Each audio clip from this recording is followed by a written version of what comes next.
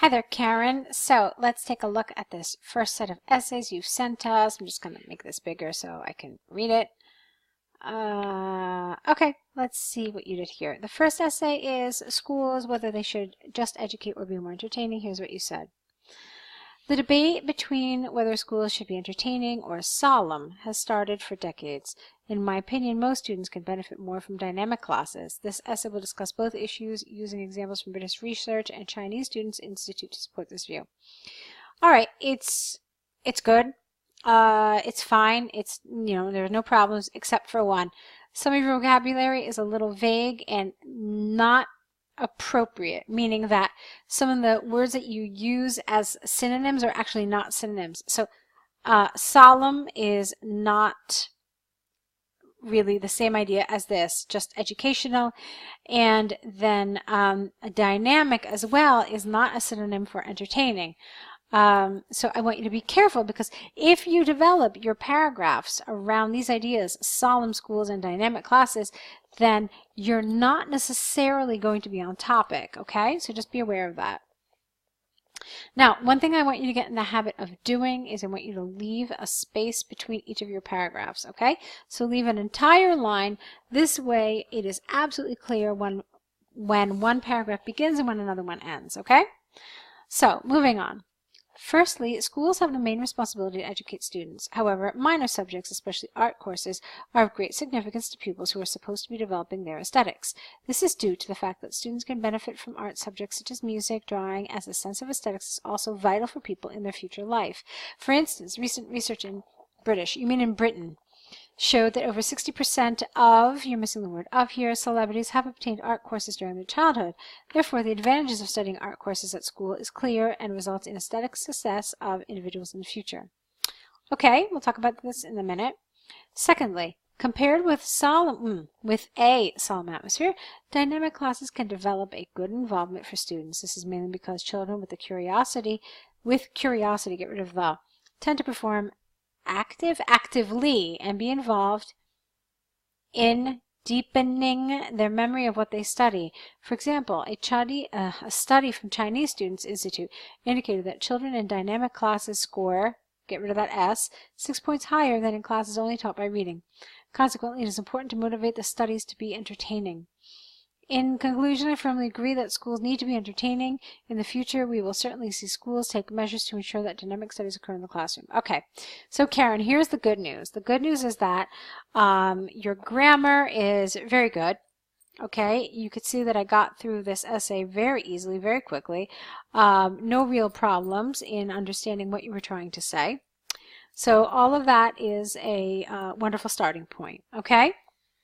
I already told you that I took issue with some of your vocabulary. I didn't really agree with it. And now and another thing that's also very good is your coherence and cohesion. It's nicely glued. Each paragraph is nicely glued and the ideas flow rather well. We use a variety of different things here. Words like secondly, this, for example, consequently. Okay, one thing I want you to be careful of is using too many of these linkers in the beginning of your sentences. They act kind of like a speed bump, so just be aware of that and try not to get into the habit of using too many of them. All right, maybe a couple here and there, but certainly not the majority of all of our sentences. Now for what troubles me. What troubles me is that you kept using the word dynamic classes, without really defining what a dynamic class is. And what makes that a problem is that we're supposed to be talking about entertaining classes. So if you're trying to prove to us that a dynamic class is an entertaining class, you haven't succeeded in doing that. As I said to you in the beginning of this correction, dynamic is not a synonym for entertaining. And so it feels like if you were an examiner or if I was an examiner who was very like hardcore and really, how can I say this, maybe conservative in my grading, I would say, well, Karen keeps talking about dynamic classes, but she's supposed to be talking about entertaining classes. They're not the same things, okay? I could potentially give you a very low score in task achievement for being off topic, okay? Nobody asked you about dynamic. We asked you about entertaining. Entertaining meaning amusing. Entertainment meaning lighthearted, fun, enjoyable, okay? Dynamic is something rather different, okay? So that's one thing that I really want you to be aware of. Now, the other thing that I want to talk to you about is, remember, we're talking about entertainment, meaning fun, enjoyable, and so forth. And then you kept talking about art classes, as if we are to understand that art classes, music classes are entertaining. They can be, but we should not assume that an art class and a music class is entertaining just because it's teaching art and music. Sometimes these classes can be very tedious, they can be very demanding, and they can be anything but entertaining. So be careful with these overarching generalizations, all right? And again, this whole thing, you kept talking about dynamic classes, dynamic classes. So not only did you reuse the word multiple times, but you never really defined for us what you meant and how that is related to entertainment. So like I said, I think that some examiners would really be very strict in this kind of essay and say that it's an off-topic response, or at least it's partially off-topic. Let's take a look at your second essay. The enjoyable activity for skills and creativity. Let's see what you said here. In recent decades, many people have sparked sharp debates about which way children can develop skills and creativity better, taking activities or just reading. To my mind, there is convincing evidence that doing activities can develop better skills than reading. I shall examine how research in games, consoles, and physical sports supports this view. To begin with, reading has numerous benefits. Nevertheless, playing on electronic game consoles can develop skills that would be impossible to develop by just reading alone.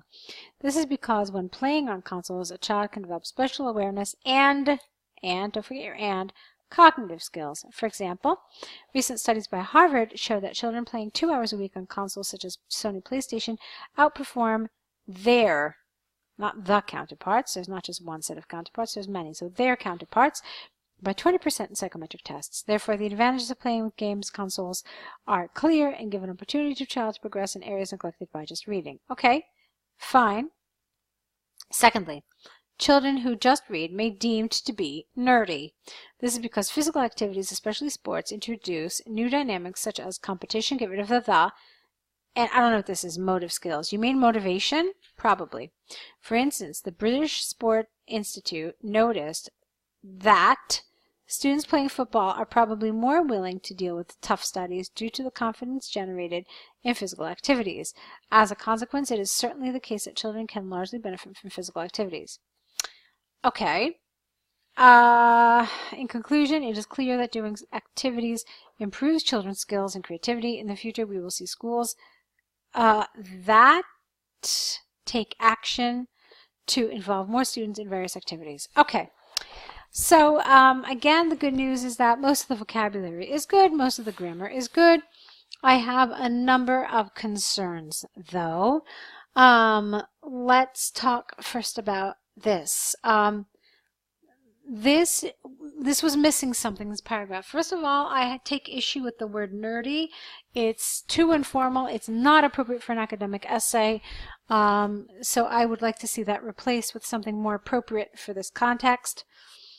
And then I didn't feel like these ideas were connected together in a logical fashion.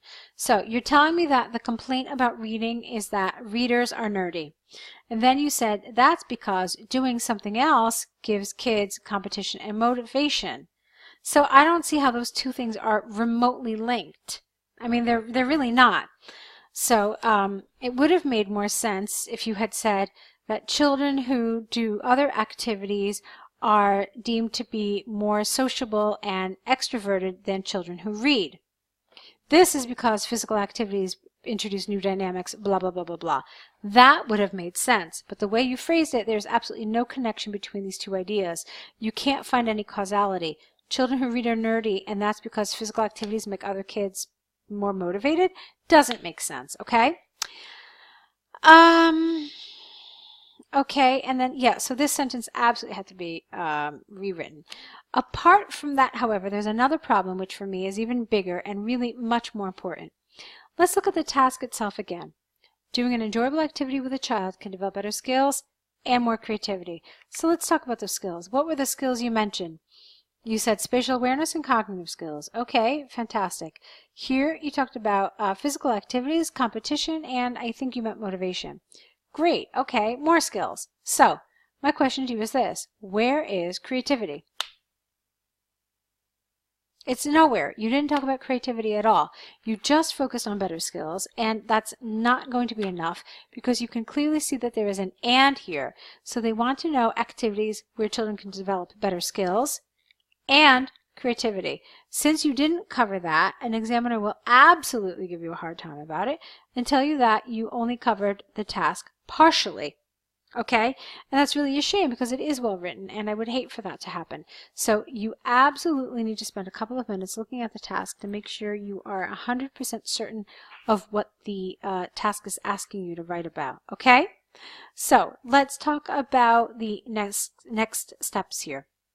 The first step is for you to correct these essays based on my suggestions. The second step is for you to create an error correction list where you write down all of your mistakes, and next to each mistake write down what the corrected version will be. That's the list you're going to add to with each essay correction you get back. The third thing you need to do is, of course, write a new set of essays, consolidating all of the information you've gained both on the course and through these essay corrections.